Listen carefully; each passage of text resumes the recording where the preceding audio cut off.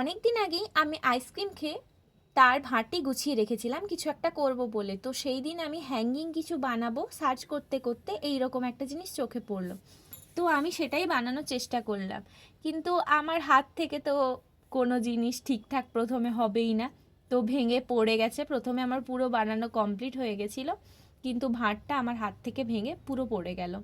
তো যাই হোক, আমার কাছে আরও একটা ভাঁড় ছিল, আমি সেটাতেই করেছি। আজকের আমি ভিডিওর শেষে তোমাদের জন্য একটা সুন্দর টিপস শেয়ার করব, যেটা ভিডিওর শেষে আমি বলছি। তো অবশ্যই ভিডিওটা পুরোটা দেখো টিপসটা জানার জন্য। দ্য গ্লোয়িং রেনবোর পক্ষ থেকে আমি সুনন্দিতা আবারও একটি নতুন ভিডিওতে তোমাদেরকে ওয়েলকাম। এমনিতেই এই কাজটি আমি যখন করছিলাম তখন প্রায় 11:30 মতো বাজে রাত।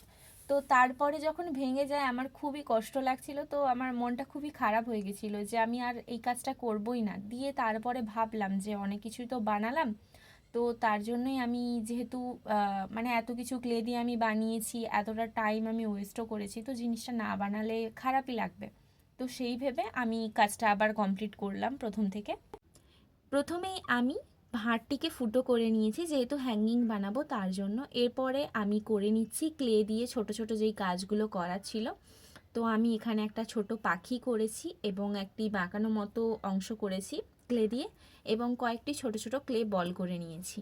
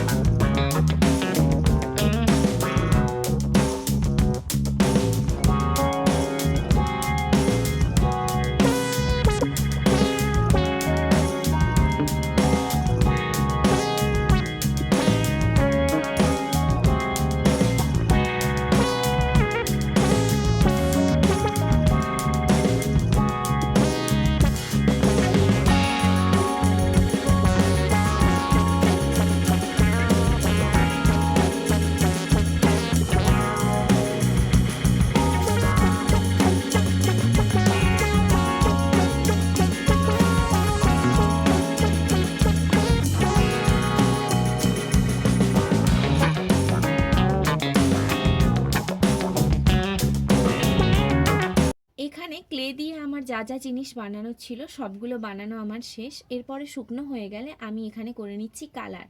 ওপরের যে অংশটি করেছি এখানে আমি অরেঞ্জ কালার করে নিয়েছি, এবং পাখি নিচের দিকের পাতা যেগুলো আমি করেছি সবগুলোতে আমি কালার করে নিচ্ছি।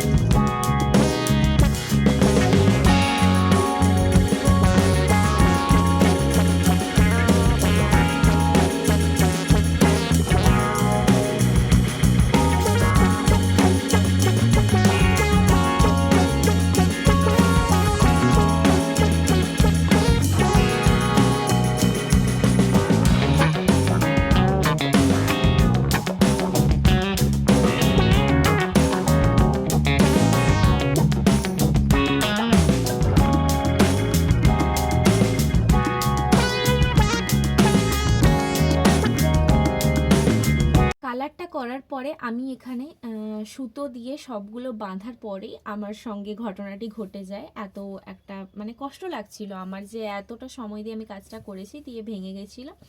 তো যাই হোক, আমি সেটা আবার বাদ দিয়ে আবার একটা নতুন ভাঁড় নিয়ে সেটাতে আমি পুরো কাজটি করেছি। তো আমি প্রথমে চেষ্টা করছিলাম যে ক্লে দিয়ে ওটাকেই জুড়ে ওটাতেই করব, কিন্তু ওটাতে মানে যেহেতু স্মুথ লাগছিল না ওপরের দিকটা, তো দেখতে খুব বাজে লাগছিল, তার জন্য আমি ওইটা চেঞ্জ করে আবার একটা দিয়ে করেছি। টিপসটা হলো, মাটির ভাঁড় অথবা কাঁচের কোনো কাজ করার সময় সেইটাকে অবশ্যই একটু সাইড থেকে সরিয়ে রেখে কাজটা করার চেষ্টা করবে, নইলে আমার মতো প্রত্যেকবার তোমাদেরও কাজটা ভেঙে যাবে। তো কাজটি হওয়ার পরে তোমাদের কাজটি কেমন লাগলো অবশ্যই কমেন্ট করে জানিও, এবং প্রত্যেক দিন এরকম নতুন নতুন ভিডিও দেখার জন্য আমার চ্যানেল দ্য গ্লোয়িং রেনবোর পাশে অবশ্যই থেকো। তোমাদের যদি ভিডিওটি ভালো লেগে থাকে তাহলে একটি লাইক, কমেন্ট, শেয়ার করে দিও। আজকের মতো এতটুকুই। Thanks for watching.